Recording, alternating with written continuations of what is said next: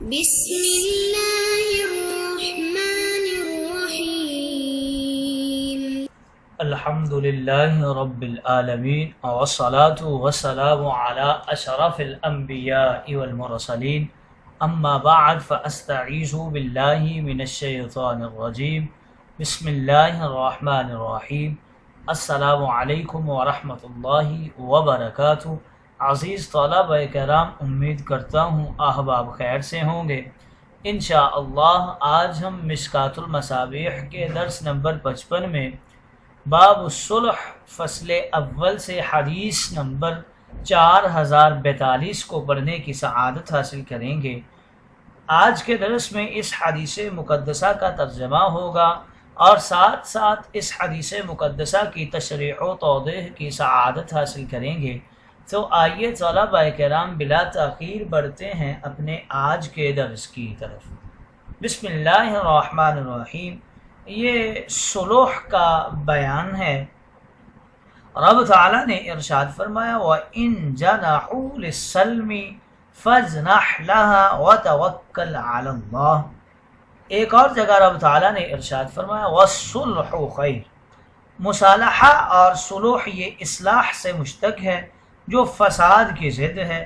ایک دوسرے کے ساتھ محبت و مودت کا معاملہ کرنا یہ صلح کہلاتا ہے. اگر وقت کا صالح مسلمان بادشاہ مسلمانوں کے لیے صلح کو مناسب خیال کرتا ہے اور صلح کرنے میں فائدہ ہے اور مسلمانوں کی عظمت و شوکت کا کوئی نقصان نہیں ہے تو کفار کے ساتھ صلح کرنا یہ بالکل درست ہے. اس میں کوئی کسی قسم کی قباحت نہیں ہے. البتہ بلا عوض جائز ہے، بلا عوض بھی جائز ہے، اور اگر صلح میں نقصان ہو تو پھر جائز نہیں ہے. اسلامی تاریخ کی سب سے بڑی صلح صلح حدیبیہ ہے اور اس باب کے اندر اسی کا تفصیلی طور پر ذکر ہے. پہلی حدیث صلح حدیبیہ کا ہی تفصیلی بیان ہے. اس کی طرف بڑھتے ہیں. حضرت مسور بن مخرمہ رضی اللہ تعالی عنہ سے یہ حدیث مقدسہ مروی ہے. عن المسور بن مخرمہ ومروان بن الحکم قال خرج النبي صلی اللہ علیہ وسلم عام الحدیبیہ في 17 من أصحابه فلما أتى ذا الحليفة قلد الهدي وأشعر وأحرم منها بعمرة وسار حتى إذا كان بالثنية التي يهبط عليهم منها بركت به راحلته فقال الناس حل خلات القصواء فقال النبي ما خلأت الكسواء وما ذاك لها بخلوق ولكن حبسها حابس الفيل ثم قال والذي نفسي بيده ولا يسألوني خطة يعزمون فيها حرمات الله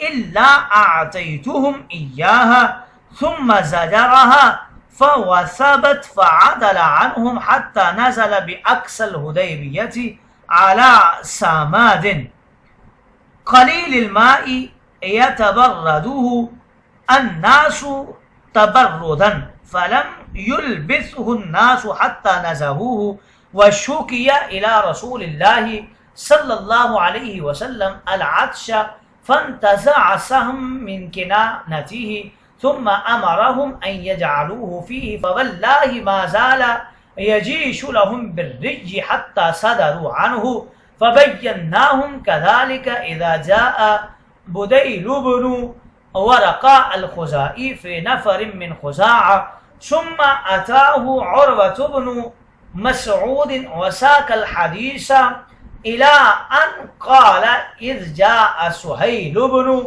عمرو فقال النبي صلى الله عليه وسلم اكتب هذا ما قاد عليه محمد رسول الله فقال سهيل والله لو كنا نعلم أنك رسول الله ما سددناك عن البيت ولا أقاتلناك ولكن اكتب محمد بن عبد الله فقال النبي صلى الله عليه وسلم إني لرسول الله وإن كذبتموني اكتب محمد بن عبد الله فقال سهيل وعلاء ألا يأتيك منا رجل وإن كان على دينك إلا رددته علينا. فلما فرغ من كدية الكتاب قال رسول الله صلى الله عليه وسلم لأصحابه قوموا فانحروا ثم اهلكوا. ثم جاء نسوة مؤمنات فأنزل الله تعالى يا أيها الذين آمنوا إذا جاءكم المؤمنات مهاجرات الآية. فنهاهم الله تعالى أن يردوهن وأمرهم أن يردوا الصداقة. ثم رجع إلى المدينة فجاءه أبو بصير رجل من قريش هو مسلم فأرسلوا في طلبه رجلين فدفعه إلى الرجلين فخرجا به حتى إذا بلغ ذا الحليفة نزلوا يأكلون من تمر لهم. فقال أبو بصير لأحد الرجلين والله إني لأرى سيفك هذا يا فلان جيدا أرني أنظر إليه. فأمكنه منه فضربه حتى برد بفرا الآخر منه حتى أتى المدينة فدخل المسجد يعدو. فقال النبي لقد رأى هذا زعرا فقال قتل والله صاحبي وإني لمقتول. فجاء أبو بصير فقال النبي ويل أمه مسعر حرب لو كان له أحد. فلما سمع ذلك عرف أنه سيرده إليهم فخرج حتى أتى سيف البحر فقال وانفلت أبو جندل بن سهيل فلاحق بأبي بصير فجعل لا يخرج من قريش رجل قد أسلم إلا لاحق بأبي بصير حتى اجتمعت منهم عصابة فوالله ما يسمعون بعير خرجت لقريش إلى الشام إلا اعترضوا لها فقتلوهم وأخذوا أموالهم. فأرسلت قريش إلى النبي صلى الله عليه وسلم تناشده الله والرحمة لما أرسل إليهم فمن أتاه فهو آمن. فأرسل النبي صلی اللہ علیہ وسلم الیہم رواہ البخاری. آئیے طلبہ کرام اس حدیث مقدسہ کے ترجمہ کی طرف بڑھتے ہیں. حضرت مسور ابن مخرمہ اور حضرت مروان ابن حکم سے روایت ہے، دونوں کہتے ہیں رسول کریم حدیبیہ کے ساتھ اپنے 1000 کچھ صحابہ کو لے کر مدینہ سے روانہ ہوئے.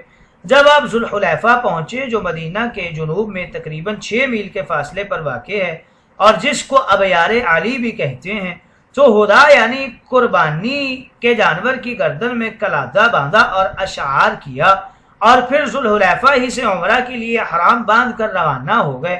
یہاں تک کہ جب سنیہ یعنی اس گھاٹی کی طرف جو مکہ مکرمہ کی طرف اترا جاتا ہے، جس گھاٹی سے پہنچے تو وہاں حضرت نے اونٹنی جس کا نام قصوہ تھا آپ کو لے کر بیٹھ گئی. جب لوگوں نے یہ دیکھا تو کہنا شروع کر دیا حل حل. یہ لفظ اونٹنی کو اٹھانے کے لیے کہا جاتا تھا. قصوہ اڑ گئی، قصوہ اڑ گئی. نبی کریم نے یہ سن کر فرمایا کہ نہیں، قصوہ نے اڑ نہیں کی اور نہ اس کو اڑنے کی عادت ہے، بلکہ اس کو اس ذات اللہ تعالیٰ نے روک دیا ہے جس نے ہاتھی کو روکا تھا. اور پھر فرمایا قسم ہے اس پاک ذات کی جس کے قبضہ قدرت میں میری جان ہے، قریش مجھ سے جو ایسی بات بھی چاہیں گے جس میں اللہ تعالیٰ کے حرم کی عظمت ہو تو میں ان کی اس بات کو پورا کروں گا. یعنی آج مکہ کے لوگ صلح کے وقت ایسی جس بات کا بھی مطالبہ کریں گے جس میں حرم کی عزت کا لحاظ ہو تو میں ان کی بات کو پورا کروں گا. پھر آپ نے اونٹنی کو اٹھایا جو فوراً اٹھ گئی. چنانچہ آپ اہل مکہ کا راستہ چھوڑ کر دوسری سمت چلنے لگے، یہاں تک کہ حدیبیہ کے آخری کنارے پر پہنچ کر جہاں ایک گھڑے میں تھوڑا سا پانی تھا آپ اتر گئے، وہیں پہ پڑاؤ ڈال لیا. لوگوں نے اس گھڑے میں سے تھوڑا سا پانی لے کر استعمال کرنا شروع کیا، یہاں تک کہ ذرا ہی دیر میں سارے پانی کو کھینچ ڈالا. یعنی اس گھڑے میں پانی چونکہ بہت تھوڑا تھا اس لیے لوگوں کے کم سے کم مقدار لینے کے باوجود وہ پانی بہت جلد ختم ہو گیا.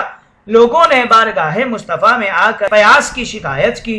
آپ نے اپنے ترکش میں سے ایک تیر نکالا اور صحابہ کو حکم دیا کہ اس تیر کو پانی کے اس گھڑے میں ڈال دیا جائے. راوی کہتے ہیں خدا کی قسم اس تیر کی برکت سے ان لوگوں کو سیراب کرنے کے لیے کبھی ختم نہ ہونے والا پانی موجیں مارتا ہوا باہر نکل آیا، سب اس پانی پر سے ہٹ گئے، یعنی اللہ تعالیٰ نے اس گھڑے میں اتنا زیادہ پانی پیدا فرما دیا کہ سب لوگوں کی ضرورتیں نہایت اطمینان سے پوری ہوتی رہیں، بلکہ جب وہاں سے واپسی ہوئی تو اس وقت بھی پانی باقی رہا۔ بہرحال صحابہ اسی حالت میں تھے کہ اچانک بدیل ابن ورقہ خزاعی خزاعہ کے کچھ لوگوں کے ساتھ کفار مکہ کی طرف سے مصالحت کے لیے آیا۔ پھر عروہ بن مسعود آپ کی خدمت میں پہنچا۔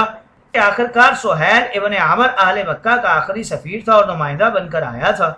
نبی کریم نے حضرت علی سے فرمایا کہ دیکھو یہ وہ معاہدہ ہے جس پر محمد الرسول اللہ نے صلح کی ہے۔ سہیل نے یہ الفاظ دیکھ کر کہا بخدا اگر ہم یہ مانتے کہ تم اللہ کے رسول ہو نہ ہم تمہیں خانہ کعبہ میں جانے سے روکتے اور نہ جنگ کرتے، لہٰذا یوں لکھو کہ یہ وہ معاہدہ ہے جس پر محمد ابن عبداللہ نے صلح کی ہے۔ نبی کریم نے یہ سن کر فرمایا خدا کی قسم میں اللہ کا رسول ہوں، اگرچہ تم مجھ کو جھٹلاتے ہو، خیر میں مصالحت کی خاطر الفاظ میں تمہاری اس ترمیم کو تسلیم کر لیتا ہوں، علی تم محمد ابن عبداللہ ہی لکھ دو۔ پھر سہیل نے کہا اس معاہدہ صلح میں اس بات کو بھی تسلیم کرو کہ تم میں سے جو شخص ہمارے ہاں آئے گا ہم تو اس کو واپس نہیں جانے دیں گے، لیکن ہم میں سے جو شخص تمہارے پاس جائے گا اگرچہ وہ تمہارے دین کو قبول کر چکا ہو تم اسے واپس ہمارے پاس بھیجو گے۔ حضور علیہ الصلوۃ والسلام نے اس کو بھی قبول کر لیا۔ بہرحال حضور علیہ الصلوۃ والسلام یا حضرت علی نے صلح نامے پر لکھے جانے سے فارغ ہوئے تو رسول کریم نے اپنے صحابہ سے فرمایا اٹھو اب جلدی کرو، جانوروں کو ذبح کر ڈالو، پھر سر منڈوا لو۔ اس کے بعد مکہ سے کئی عورتیں مسلمان ہو کر آئیں اور اللہ تعالیٰ نے یہ حکم نازل فرمایا یا ایھا الذین آمنوا اذا جاءکم المؤمنات مہاجرات، اے ایمان والو جب تمہارے پاس مسلمان عورتیں ہجرت کر کے آئیں۔ لہٰذا اللہ تعالیٰ نے اس آیت کے ذریعے مسلمانوں کو اس بات سے منع کیا کہ وہ ان عورتوں کو کفار مکہ کے ہاں واپس کر دیں اور انہیں اس بات کا حکم دیں کہ ان کا مہر واپس کر دیں۔ اس کے بعد حضور علیہ الصلوۃ والسلام مدینہ تشریف لے آئے۔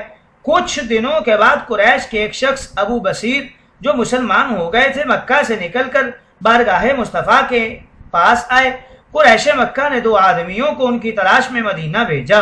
حضور علیہ الصلوۃ والسلام نے معاہدہ صلح کی مذکورہ شرط کے مطابق ابو بصیر کو ان 2 آدمیوں کے حوالے کر دیا۔ وہ دونوں آدمی ابو بصیر کو لے کر مکہ روانہ ہو گئے۔ جب پہلی منزل ذوالحلیفہ میں قیام کیا ان کے پاس جو کھجوریں تھیں ان کو کھانے لگے تو ابو بصیر نے ان میں سے ایک شخص کو مخاطب کر کے کہا کہ خدا کی قسم میں فلاں شخص میرا خیال ہے تمہاری یہ تلوار بہت اچھی ہے، ذرا مجھے تو دکھاؤ میں بھی دیکھوں۔ اس شخص نے ابو بصیر کو تلوار دیکھنے کا موقع دیا، یعنی اس نے اپنی تلوار ابو بصیر کے ہاتھ میں دے دی۔ بس اتنا موقع ہی کافی تھا، ابو بصیر نے اس پر تلوار سے اتنا بھرپور وار کر دیا کہ وہ وہیں پہ ٹھنڈا ہو گیا۔ دوسرا شخص یہ دیکھتے ہی وہاں سے بھاگ کھڑا ہوا، یہاں تک کہ مدینہ میں واپس آ گیا اور اپنے قتل کے خوف سے ڈرتا ہوا مسجد نبوی میں داخل ہوا۔ رسول کریم نے اس کی حالت دیکھ کر فرمایا کہ یہ خوف زدہ معلوم ہوتا ہے۔ اس نے کہا جی ہاں خدا کی قسم میرا ساتھی تو مارا گیا اور میرے مارے جانے میں بھی کوئی شبہ نہیں ہے، یعنی مجھ پر خوف سوار ہے کہ میں بھی مارا جاؤں گا، میں بس بچ ہی گیا ورنہ میں بھی مارا جاتا۔ پھر ابو بصیر بھی آ گئے۔ نبی کریم نے ان کو دیکھ کر فرمایا کہ افسوس ہے اس کی ماں پر، یعنی تعجب و حیرت کا مقام ہے، یہ ابو بصیر تو لڑائی کی آگ بھڑکانے والا ہے، اگر اس کا کوئی مددگار ہوتا تو وہ اس کی مدد کرتا۔